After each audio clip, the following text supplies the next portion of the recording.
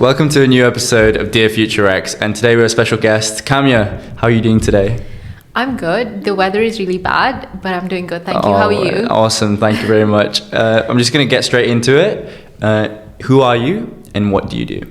So I just graduated from UCL with a BSc in IT and business, and now I work full-time in marketing. You have a massive presence on LinkedIn. Would you like to explain to our viewers what exactly you do there, and you have a marketing, almost freelancing job as well, and also about Kamya Studios? So I basically got into posting on LinkedIn back in December last year when I was looking for jobs, but also I saw people talking about personal branding so much. So I was really interested in what is it really about.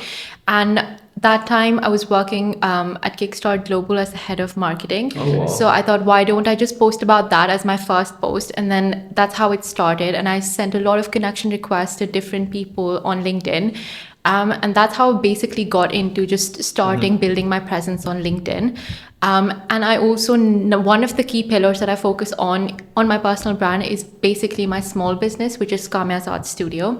That is a small business I started in 2020. So the main reason why I started it was to help people believe that art is really calming. It doesn't remain operational full all year round, so it only remains operational during the summer.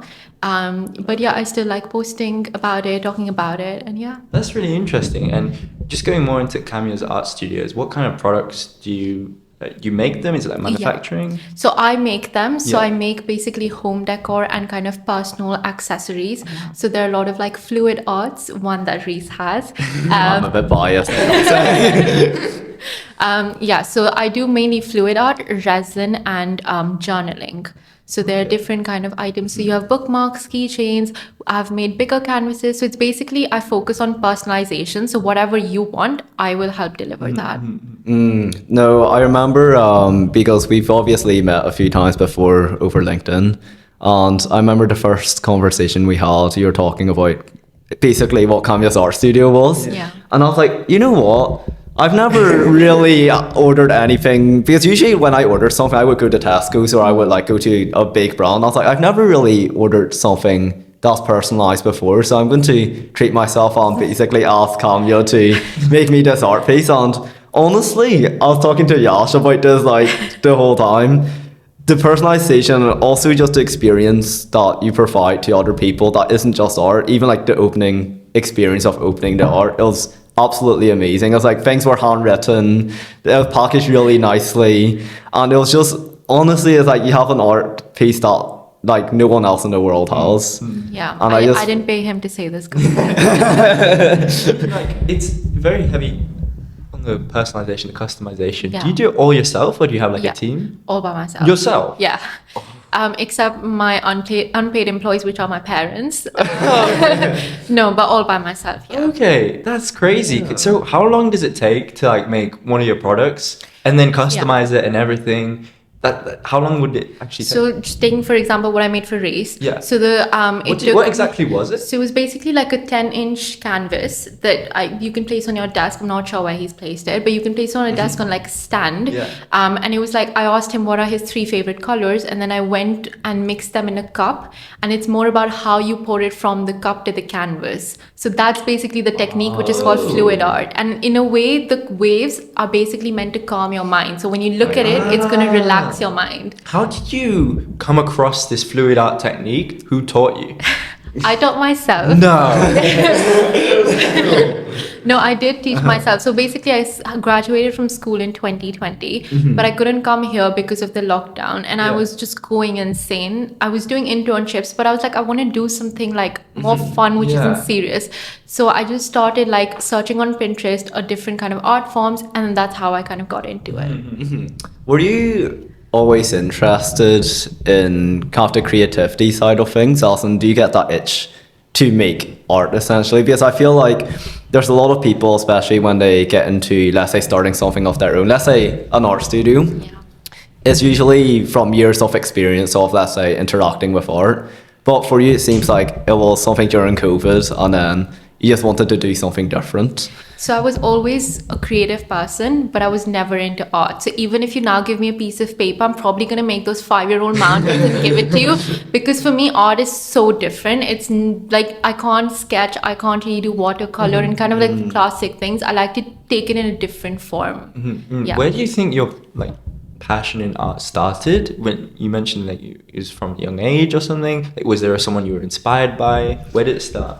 I think it was just within, because I was really into kind of making handmade crafts. So if it was someone's birthday, I would always like make them a handmade just gift, like my sister. or like a handmade. Yeah, so I think that's kind of where it started. That's from. really interesting, and I love what you're doing with it. Is it a good and sustainable business for you right now? And you're still running it, right? And obviously it's a heavy workload. Have you ever thought about, expansion opportunities for the business? Yeah, recently I've spoken about this before, but I'm considering kind of moving it to the UK because mainly operations are in India when I go back. Oh, so I okay. don't run it all year round. So all of the customizations I've done till now have been in like sporadic operations of a month or two when I actually go to visit back. But now that I'm working full time, it's like I can consider moving it here. I think like the whole expansion thing is really exciting. And I guess it's like there's quite a lot of things to think about, right? As in, you have to, first of all, probably get quite a lot of, let's say, the resin, a lot of paints, canvases, because it's always easier to buy it bulk, right? Exactly, yeah. We say, like, is there anything limiting you at the moment of you just doing that now? So no, so my priority was finding a role, and now like because I just started a month ago. Yeah. So now that I'm settling in, I'm kind of exploring options that what does the UK audience really want when it comes to art, and can I make it different? Do I want to have the same offerings? So I'm just kind of like in that figuring out stage and seeing if I actually want to like fully make it operational in the UK. Yeah. That makes sense. And you mentioned whenever we were walking in that you just had a filming day, or Yeah. what Is it filming for? yeah, who No, what no, was no, it? it wasn't from that. It was basically for my like full-time role. So Oh, okay. Could you explain a little? Yeah. Yeah. So I work with the jewelry brand. They're based out of Chelsea, and they focus a lot on personalization, which is something that resonated with me given my art studio. So they're launching a new jewelry collection, and I was just assisting with kind of like the BTS, but also running with the light, assisting the photographer. Okay. And I think I can pursue that career now. Yeah. Because I know you have an interest in marketing as well. Yeah. And well, I did a bit of research, and I know you're almost like a freelancer for marketing. Would you like to explain how that started, and was that also inspired from your role at the jewelry store? So when I graduated, I was looking for roles, but then I realized that kind of visa restrictions are so hard, so I shouldn't put my eggs in one basket, which is when I started exploring freelancing projects. So that freelancing kind of goes by the side as and when someone kind of reaches out to me. So I haven't really focused a lot on outbound marketing, like putting it out there or reaching out to people myself. So it's more inbound at the minute. Okay, like through your social. Yeah, so through my LinkedIn personal brand, if someone sees it and they want to work with me, they usually reach out to me. It is something that I want to kind of put out there that, okay, yes, I'm offering these services, but I'm always like, I don't want to just put it out there. What are people going to think? But I know it's important. It's actually quite impressive because I have your website up right now, the one that's on your LinkedIn. Yeah. And just from looking at like the referrals and customer reviews, it's very impressive. Like the numbers you'll be able to get, like here, there's 588,000. Yeah. It's very impressive. Was this another skill you learned? For example, did you take a course, or like you just provide this value to people through trial and error that you tried yourself? So that actually started again from my art business because I was using Instagram as a platform to sell. Okay. So it helped me understand how do you really have to do marketing, but also how do you actually have to sell on Instagram? Because for people, marketing is only like, oh, just views or just likes. But for me, it's way more than that. It's actually building a community, which is what I talk about on like through my personal brand on LinkedIn, and which is what I like focus on through my projects. Yeah, and a common question that I guess a lot of students or a lot of our viewers or listeners would have is a lot of people here are most likely students, right? They're probably studying a certain degree. They're probably trying to find that dream career of theirs or that passion that really sparks that ignition for them. So would you say that your degree has helped you a lot with let's say, what you're doing today in terms of the marketing or personal branding side of things? So my degree was very interdisciplinary in the sense that they taught you so much, and it allowed me to kind of choose which path I wanted to take. In terms of marketing, it definitely did teach me, because for me, marketing goes beyond social media. I like to integrate data. I like to do market research. So my final year project was based exactly on that. So I think it really played in well together and then helped me build my skill set. Yeah, you did IT and something else, right? And business, yeah. And business, and that's one degree. Yeah. Right? Yeah, because in the business side of things, Yeah. linking to IT, it must be a very useful degree to learn nowadays, especially with your marketing thing that you were Yeah. talking about. And also for the benefit of viewers, anyone starting, like Reese said, probably young generations watching this, and they're probably thinking, oh, I want to start this personal brand like you have, right? And what advice would you give to them to do what you've done? You know, start this brand or find your passion. How would you tell other people to go about doing that? Just start. The more you procrastinate, you're never going to start. That's amazing. Because everyone thinks, oh, I'm going to start after this. I'm going to start after this. The perfect time doesn't exist. That's what I keep telling my friends. They still don't listen. They haven't started it. They're going to regret later. But honestly, just start.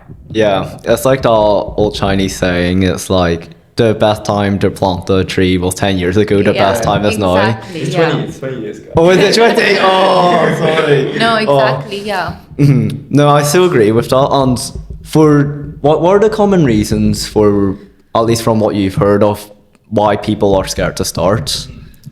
They think it's cringe.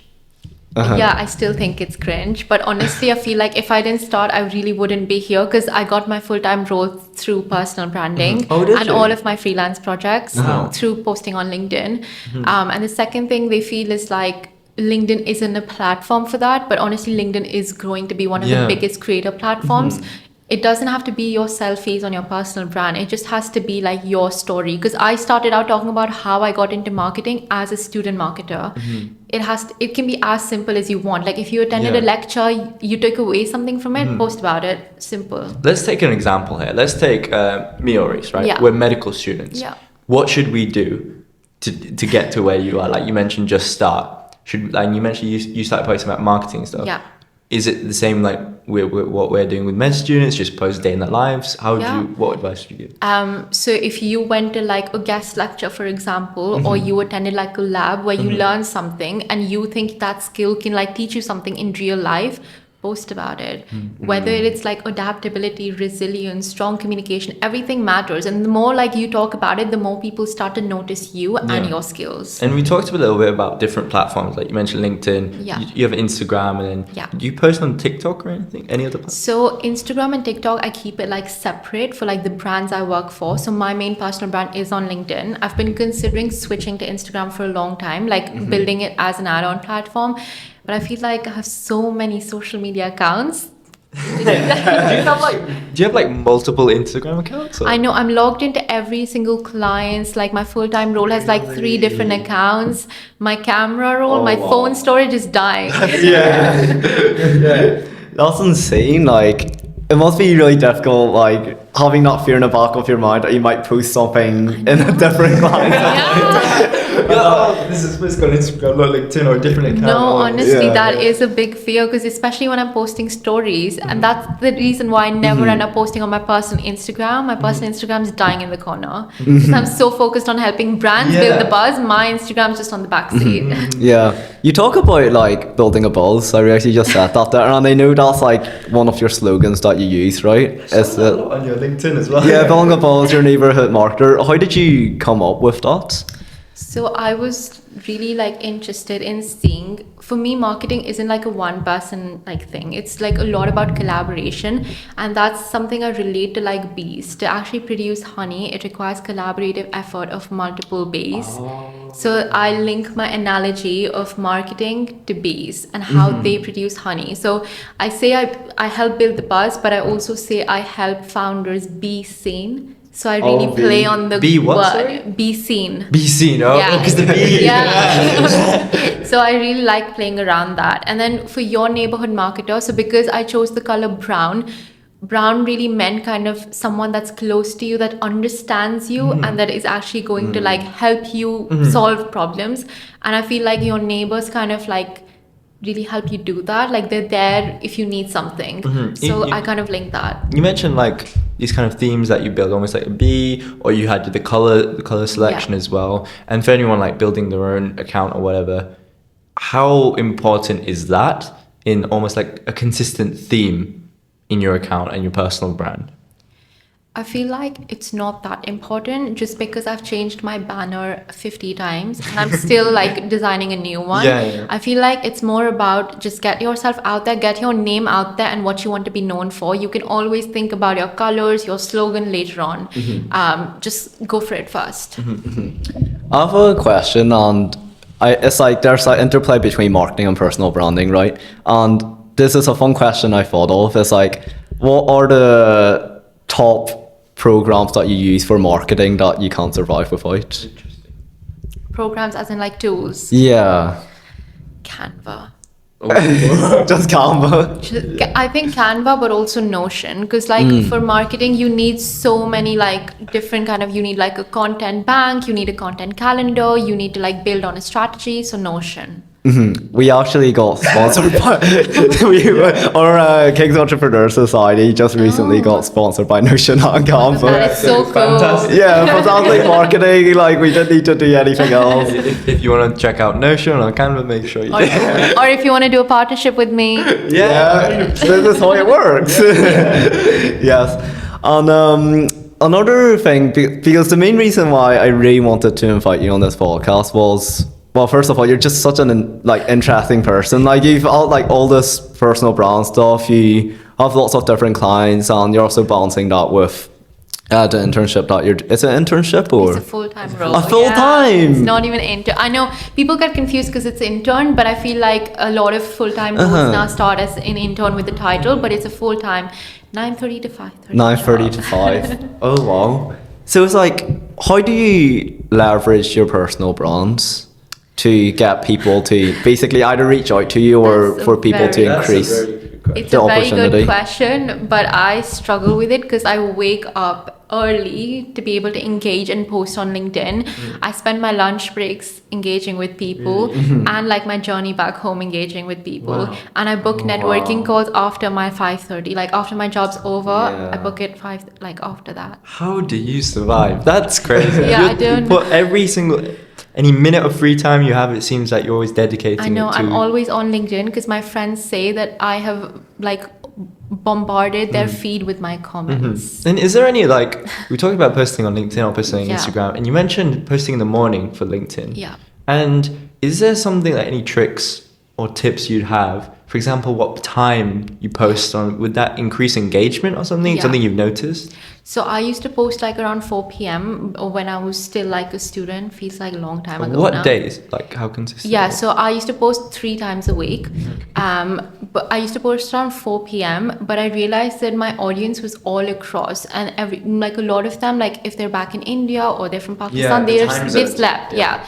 So now I post 8 a.m. London time. So even if like people in the US, when they wake up 5 hours later, my post is still going to be on their feed, and everyone who's woken up can already see my feed. Yeah. But I still stick to 3 days a week, Monday, Wednesday, Friday. I know people say that posting on weekend really helps. I haven't tried that personally, but they say posting on weekend really helps because the world is asleep on weekend. I don't know how that not works. I don't know. I'm gonna try it. Yeah. So would you say like a lot of personal branding is experimentation in a way? Because obviously just what we talked about is like when is the best time to post, but just because like one thing works for someone else, it doesn't work for, let's say, myself, right? Yeah. Just because posting at 4 a.m. may not work for Yeah. you, it might actually work for me. So how would you, do you have like a structure to experiment kind of your kind of project, or do you experiment at all? Yeah, I keep experimenting. So the way I did it is I established three main content pillars that I really want to talk about, and then I established five key content goals, and then I interswitch them, and then I keep a track of what is it that people are enjoying and what is it that they're not enjoying. If they aren't enjoying it, I'll still give another chance. I'll repurpose my post, or I'll post a completely different one, interchanging that. But if it still doesn't work, then I feel like, okay, this is not what my audience want, because at the end of it, it's really about them. It's not about you. Even though it is like a personal brand, if you aren't really providing them anything, there's no point building it. Yeah. And there's a lot of advice being thrown around about the value you're providing through your content creation. And I want to move to an interesting topic here and about niches. And this word is being thrown around like crazy when it comes to personal brand or even business ventures. Yeah. If you were to describe your niche in a couple words, what would it be? And also, what was the process to find out your niche? I would say it is marketing, but I go very deep into kind of social media, copywriting, and data-driven marketing. So I don't really focus a lot on kind of graphic design part of it, or more like product marketing. And I feel like that came from experience. I just did so many internships that I slowly realized that, okay, this is something that really interests me. And then I tried to take the different sub niches of marketing and try to integrate it together. So I think it's like more you experiment, the better you'll understand. Because I've also heard like from a personal brander who's given us advice at one of the panels that we've hosted at King's Entrepreneurs, saying something like, post anything for 6 weeks, anything, any niche, whatever, and then whatever gets the most engagement or the most traction, kind of narrow it down. Do you think that's a good idea for people also trying to start their brand as well? I think it is a good idea, but vanity metrics isn't something that you should go for. What does that mean? So Sorry? like likes, views, comments, that's not something you should aim for, because at the end of it, if you're getting 100 likes, if even one person doesn't want to buy the service that you want to offer, what's the point of you posting about that? I feel like it's more about kind of building a community, which I kind of still do. I started out with building a community and I still do it. And then now I'm slowly trying to find like, okay, is there something valuable that I want to offer? So I feel like you can experiment, but just don't chase likes and comments. Yeah, there's one thing, like one common theme that is really popping up right now, and it's about community, right? Yeah. As in like the personal brand, although it has the word personal in it, like it's not as much about you as it is about your viewers, right? Yeah. And there's something that I find really interesting, because I think over summer there's a time that I took a break for about 1 month, and I had like pretty good traction before that. But as soon as you take a break for 1 month, I'm not sure if it's the LinkedIn algorithm or if it's like just that community aspect of like if someone disappears, then they're not really providing you value over that time when they come back. So I was wondering, for people that, let's say, took a break and then they are struggling with, let's say, building that community back again, like, how would you kind of go about it? Would you do the same thing, or would you do something different? That's actually opposite for me, because I went ghost for 5 months in the middle, and my personal brand like took kind of like a full kind of opposite direction in terms of like just increase and everything. But that's also because I decided that I want to go all in on this. So I doubled the amount of hours that I was commenting, I was engaging with people, but also I emphasized more on quality. So the great post really relate, the AI comments, no, they don't do the job. I feel like if you want to be seen on LinkedIn, you have to give people a reason to kind of interact with you. So make every comment like a mini post. Like if people read it, they know exactly what you're talking about. And your business, for the services that you provide, do most of them come through Instagram or LinkedIn? I think you mentioned LinkedIn, right? Yeah, so I don't post any marketing stuff on Instagram. So it's all on LinkedIn. Is there a reason for that? Just because kind of I feel like Instagram requires a lot of kind of visual aesthetic, which takes more time. So I simply can't just write a caption like as a text post would be on LinkedIn. I can't do that on Instagram. And I simply don't want to be posting like selfies on Instagram with like a marketing related caption. So I feel like that is definitely more of a time investment. Instagram takes its different speed to grow. So I was like, I first want to try it out on LinkedIn, see how people are liking it. Do I really want to continue? And then I'll shift on Instagram. That's such an interesting perspective, because I 100% agree with you. Yeah. Because I've tried something with Instagram as well. Yeah. And it takes a lot of effort. But I never thought about different platforms And through like LinkedIn, obviously you just Yeah. write, right? And it's just Yeah. send it off. That's really Exactly, interesting. I yeah. have to incorporate that. But for for the services you provide, what are they exactly? So they're more kind of marketing, social media services. Okay. But I'm also trying to find a balance on how I can integrate that with personal branding. Just because I've built my personal Yeah. brand, and now I want to help other founders build their personal brand. Mm-hmm. So I'm kind of finding that sweet spot right now in the middle of it. But And yeah. what would incentivize you to move to a platform like Instagram? Would it be like if it's talking about your personal brand service that you're going to incorporate?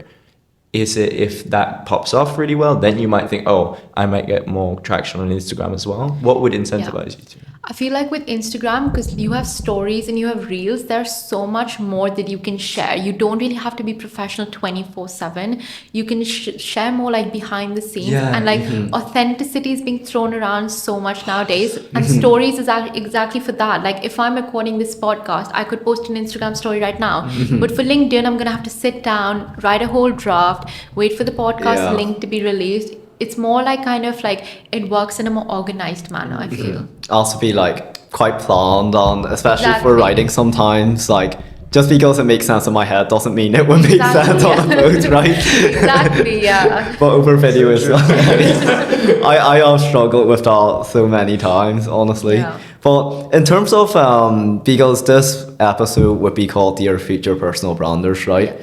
For people wanting to break into personal branding, how would they choose which platform to use? I think start with LinkedIn because personal branding is biggest on LinkedIn. Right now, you already have a community waiting for you. People are here to welcome, here to support you. So definitely start with LinkedIn. I wouldn't give it a second thought at all because if you spend 2 hours every day for the first week engaging with people on their comments, they will want to connect with you. They will want to follow you. And then they're going to want to like reciprocate the support back. That's exactly how I started. But do you think it's different for what you're also trying, what almost niche you're in? If you're providing a service, do you also think it's best to do it on LinkedIn? Or if you're more like storytelling, would you say that's also good to do on LinkedIn or more Instagram? So the thing is, I never started selling any service on LinkedIn. Even now, I still don't sell it publicly. Okay. Whoever's listening to this, it's a secret. No. So I started with building a community. So my LinkedIn is not monetized till date. So I'm Okay. just doing everything. All my hours are my hours. Like I'm doing it all for free. So whether you're selling something or whether you just want to share your story, I think LinkedIn is like it has a good balance. And especially if you want to share your story, there are too many people sending you those gold pictures. Share your story. I want more of that.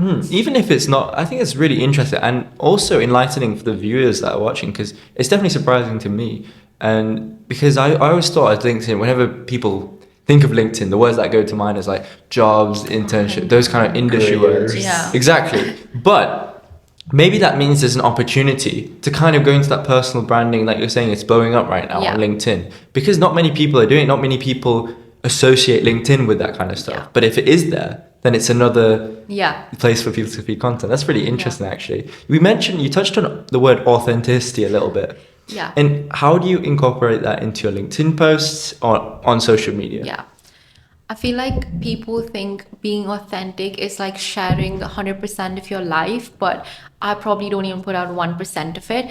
By authenticity, I mean just be you. So if you read my post and if you're talking to me now, there should be no disparity. Yeah. It should be that, okay, you're talking to exactly the same person who wrote that post. And for me, the best way to do that is integrate your personal stories, add like your little signature, like I add your neighborhood marketer. Just share more of like put the personal in your personal brand. You put it yourself. Even if you're posting for the community, just make sure it revolves around kind of how you started or what is your journey, what is your story, what are your challenges, because it is a personal brand, it is about you. Is there a particular personal brander that you see on LinkedIn or that you look up to? Yeah. Why specifically do you look up to them? So I've been following Lara Acosta since day one.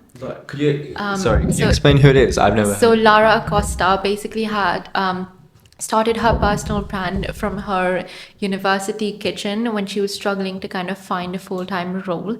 And now she's one of the biggest LinkedIn creators out there. And the reason why I follow her so closely is because even though she provides monetary services, there is so much free value through every single post of Lara. She has a whole YouTube gold mine out there. Like if you watch one of her videos, you will get that motivation boost that, okay, now I really want to get into it. So I feel like it's, again, the value that Lara is providing. It's really interesting because it's the type of thing where it's the same story as probably what you went through, Yeah. right? As in, like, even like for all of us, like, you know, we're all students and Yeah. like we do want to build our personal brand. Yeah. It's like we're gonna start it like whenever Yeah. we're at university. So you see everything that you're doing right now, especially putting so much effort into your personal brands, kind of replying and connecting with your community, even like if you have 1 minute in a day, like Yeah. where are you seeing this all lead to? As in, let's say in the future, if like your final goal, I know it's like hard to like Yeah. Yeah. figure it out and it's like very ambitious, but where do you kind of see yourself going with all of this? That's the thing with personal brand. If you're building it, you're opening doors that you can't see right now. So it's with that kind of thought that, okay, one day someone's really going to want to invite me to kind of talk somewhere like this podcast. If I didn't start my personal brand, I wouldn't be talking here. So again, but I do see myself starting something of my own in the future. And I feel like because I would have built my brand identity and built my network, that would help me kind of put my idea out there, ask people what they think of it. And again, it's about taking help from the community because Yeah. I'm giving so much back to them right now. I think it's, and I always describe when I meet people and they ask me about personal brand, I always describe it as the greatest opportunity machine of this Yeah. generation because Yeah. I don't know what it was before, but nowadays anything you can stick your name to. Yeah. For example, you built a community and then you can ask, like you're saying, engagement, what do you think about this? And you can get replies like this. exactly. And the opportunities Yeah. are unparalleled, honestly. Yeah, like a CV nowadays really is not enough because it's like a CV is like there's really so much you can put on a CV and All you it's- do is hold your phone up like this is my personal brand. yeah. And it's just like I know, like for me, I guess like from a hiring perspective, it's like would you rather hire someone that like 200,000 people trust that person, as in like they're all connected with them and they do post about kind of what they're doing, or someone that has like a really nice CV but like you don't know who they are, Yeah. type of thing. So like, would you say that a lot of opportunity, like, well, actually, no, you did say there's like a lot of opportunities Yeah. you got Yeah. was through your personal brand. Yeah. How useful is your CV now? I feel like a CV and personal brand work together because a CV is still important that, okay, yes, this is your experience. But for example, I see a marketing campaign that I really want to talk about and give my viewpoint on it. I can't do that on my CV. But if a hiring manager comes to my profile, they see that, yes, I'm keeping up with the trends. I can give my own perspective and I'm also kind of being adaptive with the whole industry. So I feel like they work hand in hand together. And essentially your personal brand is like your real-time digital CV. I would say it that way. A lot of people have difficulties nowadays with like we talked about authenticity, but it's more like once you start growing, you know, more than like I'm talking like more than 10k followers here. Sometimes it gets to your mind a little bit, and things start changing, especially when people have a business attached to their personal brand. Is it about the money making, or is it about still providing value to the community? Have you ever thought a little bit into the future? Not too much, but like how you're going to make sure you stay true to your values? So I am spending so much time on LinkedIn. I have at least one person ask me why I haven't monetized it yet. And that's exactly why, because I see it as kind of my passion in kind of giving value to others and sharing my experience. If it helps just one person learn something about marketing, for me, it's like, oh yeah, I've won in that post. I love that. And that's exactly why I haven't monetized it yet. And even if I do monetize it, it's not going to be nothing crazy. Because when I started out and when I wanted to need help, I probably couldn't really get that help because it is expensive out there. Yeah. Those coaches are expensive. Getting a banner design nowadays is expensive. Everything is expensive. So you're almost thinking from the point of view of the community member, Yeah. of your audience, right? Yeah. That's really 100%. interesting. Everything is about them. Yeah, I just wanted to touch on, you mentioned the person you follow. Firstly, I just want to quickly write down her name so I can check her out later. Yeah, it's Lara Acosta. Lara Acosta, right? Yeah. And you mentioned she has a YouTube channel? Yes. Yes. Have you ever thought about YouTube at all? Or you mentioned like you didn't want to put your post on Yeah. Instagram or anything, but possibly if the LinkedIn's going well, transition into YouTube because it's a huge opportunity machine as well. If I do start at YouTube, it'll be the inner creative aesthetic of me coming out there and not really coming out of marketing side. Just because kind of I really enjoy kind of like the slow YouTube videos and I see myself building that. It's just that I don't have time. But no, I get what you're saying about YouTube. I feel like it takes a lot to put yourself out there and I'm still in the process of building myself up, establishing It's almost like myself. baby steps. Exactly, yeah. I think also why LinkedIn is so good as well is because there's minimal investment. Yeah. For example, if you started on YouTube or Instagram, for example, you might get a mic if you're going to show yourself or like camera equipment. Some people do just start with their phone. Yeah. Because of the minimum investment. But good thing about LinkedIn, you just have to start writing. Exactly. Like, I don't know, Reese especially, maybe you can touch more about this, but you started personal branding because you had the love for writing. And I think that if you do have that, or even if you don't, it's a skill to learn. Yeah. And that's what I'm trying to do as well. Yeah. We're coming towards the end of this podcast now. Already? Yeah, I know. It It's time feels for. like, yeah, it feels like we just started. Honestly, we say this with like so many people, but I feel like we could just talk for 3 hours We straight. can, yeah.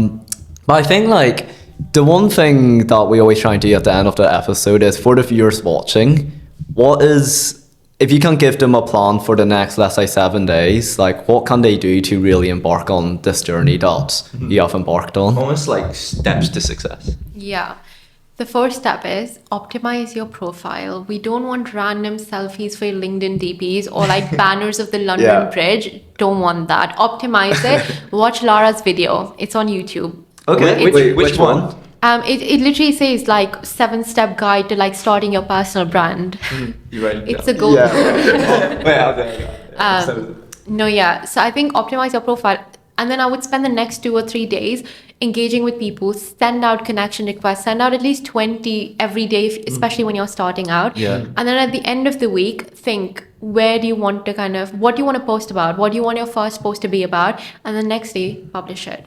And then close your laptop, don't see the likes, don't see the comments. There'll probably be like 1 like. Yeah, that yeah. was me. I had to ask like 30 of my friends to like it. Yeah. Just don't care about likes. Just start. Okay. That's really good advice.